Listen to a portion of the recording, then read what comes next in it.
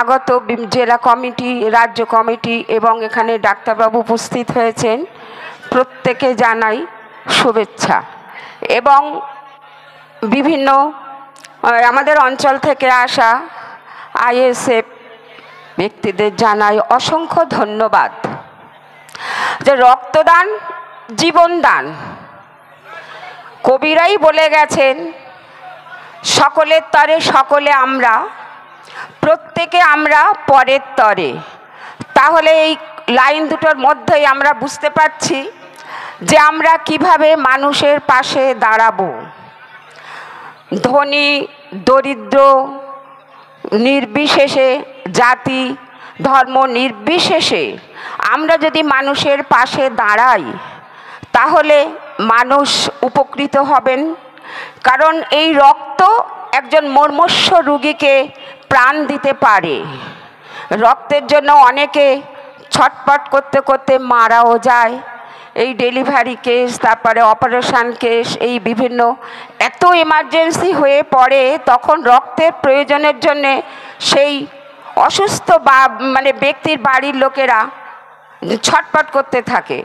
তাহলে এই যে রক্তদান, এটা মহাযজ্ঞ, এবং এই মহাযজ্ঞের জন্যে যিনি আহ্বায়ক, প্রথমে জানাই তাকে অজস্র ধন্যবাদ।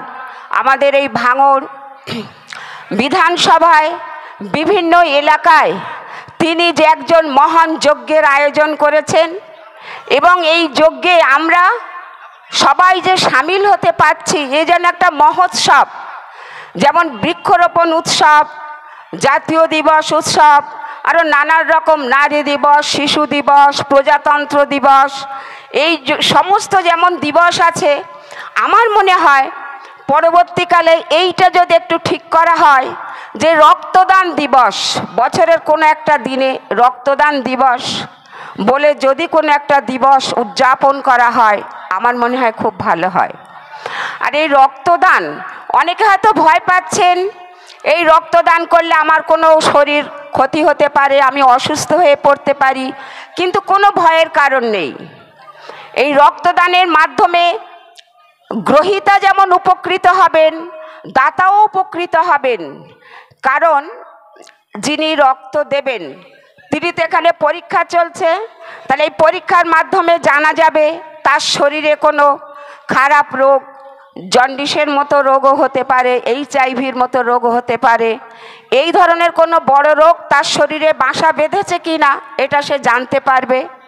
আর সর্বোপরি যিনি রক্ত দিচ্ছেন তার কিছুদিনের মধ্যেই তার শরীরে আবার নতুন রক্ত তৈরি হয়ে যাবে, এবং সেক্ষেত্রে তার শরীরের রক্তকণিকাটাও বৃদ্ধি পাবে, এবং সে আরও চনমনে হয়ে যাবে, সে আরও সতেজ হয়ে যাবে, তার কাজের স্পৃহা তার আরও বেড়ে যাবে।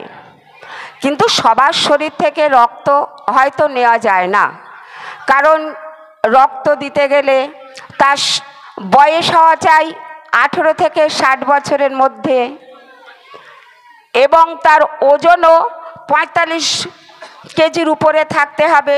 সর্বোপরি তার রক্তে হিমোগ্লোবিনের মাত্রাটা থাকবে 12 থেকে 5%, তবেই তার শরীরে থেকে রক্ত নেওয়া যাবে। আর রক্তের বিভিন্ন ভাগও আছে, A, B, AB এবং O, এবং এই রক্তকে আবার দুই ভাগে, নেগেটিভ এবং পজিটিভ, দুই ভাগে ভাগ করা হয়েছে। তাহলে এই রক্তদানের মধ্যে মহাযজ্ঞে আপনারা যে উপস্থিত হয়েছেন, আপনাদের কোনো অসুবিধা নেই, আমার দেখে খুব ভালো লাগছে। এমন একটা দিন ছিল যখন এই প্রত্যন্ত গ্রামের লোকের হয়তো জানতই না যে রক্ত এভাবে দান করা যায়, তারা জানতেনই না।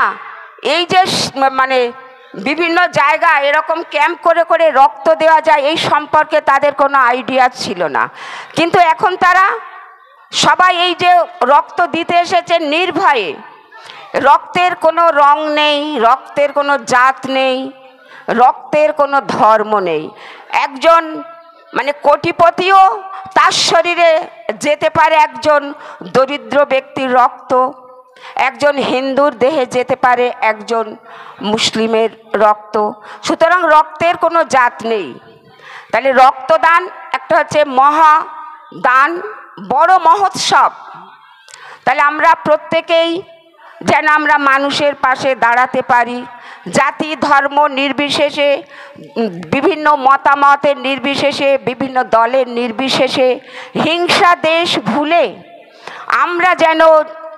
আমরা এই মহাযজ্ঞে উপস্থিত হতে পারি। আর এই বলে আমি আমার বক্তব্য শেষ করছি। আবার একবার জানাই প্রত্যেককে শুভেচ্ছা, এবং শুভেচ্ছা জানিয়ে আমার এই বক্তব্য আমি শেষ করছি। ধন্যবাদ আমার দিদিকে। আজকে প্রথম প্রোগ্রাম তিনি বক্তব্য রেখেছেন রক্তদান শিবির সম্পর্কে, অনেকটাই সুন্দর করে গুছিয়ে বলেছে রক্তদান কি করতে দেওয়া প্রয়োজন, কাদের জন্য প্রয়োজন, সবটাই বলেছেন। ধন্যবাদ জানাবো চালতাবেড়িয়া অঞ্চল কমিটির তরফ থেকে। এখন আমাদের মধ্যে উপস্থিত হয়েছেন শানপুকুর অঞ্চলের সম্পাদক, অত্যন্ত দায়িত্বশীল ব্যক্তি আমরা পেয়ে গেছি আসাদুল ভাই ওরফে মন্টু ভাইকে। আমরা বরণ করে নেব শানপুকুর অঞ্চলের সম্পাদক আসাদুল ভাইকে। আমি বরণ করে নেওয়ার জন্য অনুরোধ করব আমাদের মহিবুল গায়েন এবং সাইদার ভাইকে। দুজনকে বলবো ব্যাস পরিয়ে বরণ করে নিচ্ছেন, ব্যাস পরিয়ে বরণ করে নিচ্ছেন এই ব্রাঞ্চের দায়িত্বশীল ব্যক্তি মহিবুল গায়েন, এবং উত্তরণী পরিয়ে বরণ করে নিচ্ছেন অঞ্চল কমিটির দায়িত্বশীল ব্যক্তি সাইদার রহমান। বামুনিয়া গ্রাম শাকিরুল মোল্লা ভাই, শাকিরুল মোল্লা এখানে থাকলে আপনি মঞ্চে চলে আসবেন। জিয়ারুল সর্দার, আসাদুল মোল্লা, শফিকুল মোল্লা, মিহির হাজরা, সাইফুল মোল্লা,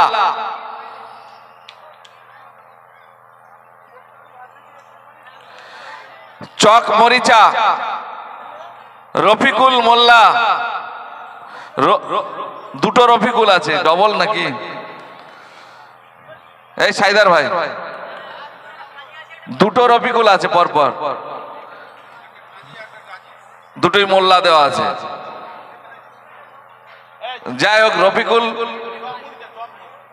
চক মরিচার, এখানে দুটোই কিন্তু রফিকুল মোল্লা আছে। টাইটেল আলাদা আছে কিনা জানি না, যাই হোক দুজন যদি একই নাম থাকে তাই হবে। চলে আসবেন ফজলুল রহমান, ডাকনাম খুদে বাবু, ইনজামুল মোল্লা, শাকিল মোল্লা, মসিদ মোল্লা, আজগার মোল্লা, ইমরান মোল্লা, এরা হচ্ছেন গিয়ে চকমরিচা গ্রামের। আপনারা সবাই মঞ্চে চলে আসবেন। আপনাদের সবাইকে ব্যাচ পরিয়ে সম্মান জানানো হবে। আপনারা হচ্ছে লড়াইয়ের ময়দানের অন্যতম সৈনিক। নিজের জীবনের অমূল্য সময় আপনারা জেলের মধ্যে কাটিয়েছেন। ভাইজানের আদর্শ উদ্দেশ্যকে সফল করার জন্য লড়াইয়ের ময়দানে ঝাঁপিয়েছেন, নিজেদের জীবনকে উপেক্ষা করে। এই সৈনিক আমাদের আগামী দিনের সম্পদ। কই মইবার হাজরা, এই চকমরিচা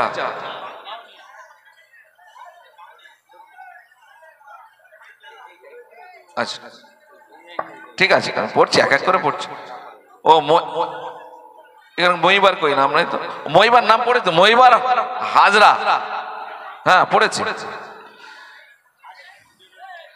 মইবার হাজরা, সম্ভবত আপনি আশেপাশে কোথাও আছেন, কাজের মধ্যে থাকলে আপনি চলে আসেন। আমরা এদেরকে বিশেষভাবে সম্মান জানাবো ব্যাচ পরিয়ে উত্তরীয় দিয়ে। যাদের নাম পড়ছি আপনারা চলে আসবেন।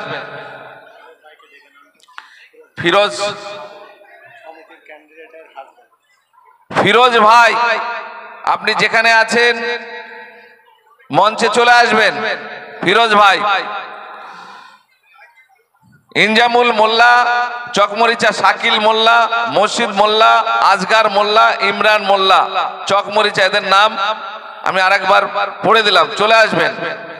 চালতাবেড়িয়া উত্তরপাড়া, আজগার মোল্লা, রাজু মোল্লা, কামিরুল মোল্লা, জহির মোল্লা, ইব্রাহিম মোল্লা। এরা হলেন চালতাবেড়িয়া উত্তরপাড়া। এরপরে চকমরিচা পশ্চিম পাড়া, ইসরাফিল মোল্লা, মহিবুল মোল্লা, ইসমাইল মোল্লা, শরীফুল মল্লিক। আপনাদের যাদের নাম পড়লাম তাদের কাছে অনুরোধ করব আপনারা চলে আসুন মঞ্চে। আপনাদের বিশেষভাবে আহ্বান জানানো হচ্ছে। কৃষ্ণমাটি ব্রাঞ্চ কি মামুখালী মোল্লা, আসানুর গাইন, রহমতুল্লাহ গাজী, এরা হচ্ছে কৃষ্ণমাটি ব্রাঞ্চের। এরপরে কোচপুকুর হাসিবুর রহমান, ওহিদুল ছোট, ডাকনাম ছোট সম্ভবত, ওহিদুল, আজিজুল মোল্লা, নিজামউদ্দিন, মোশারেফ, সালাউদ্দিন সিন্টু, আসান আলী, ওসমান মোল্লা, আলাউদ্দিন মোল্লা, ফারুক পাহাড়, সেলিম মোল্লা, রৌফ আলী, শফিকুল, আমিরুল পাহাড়, শাহজাহান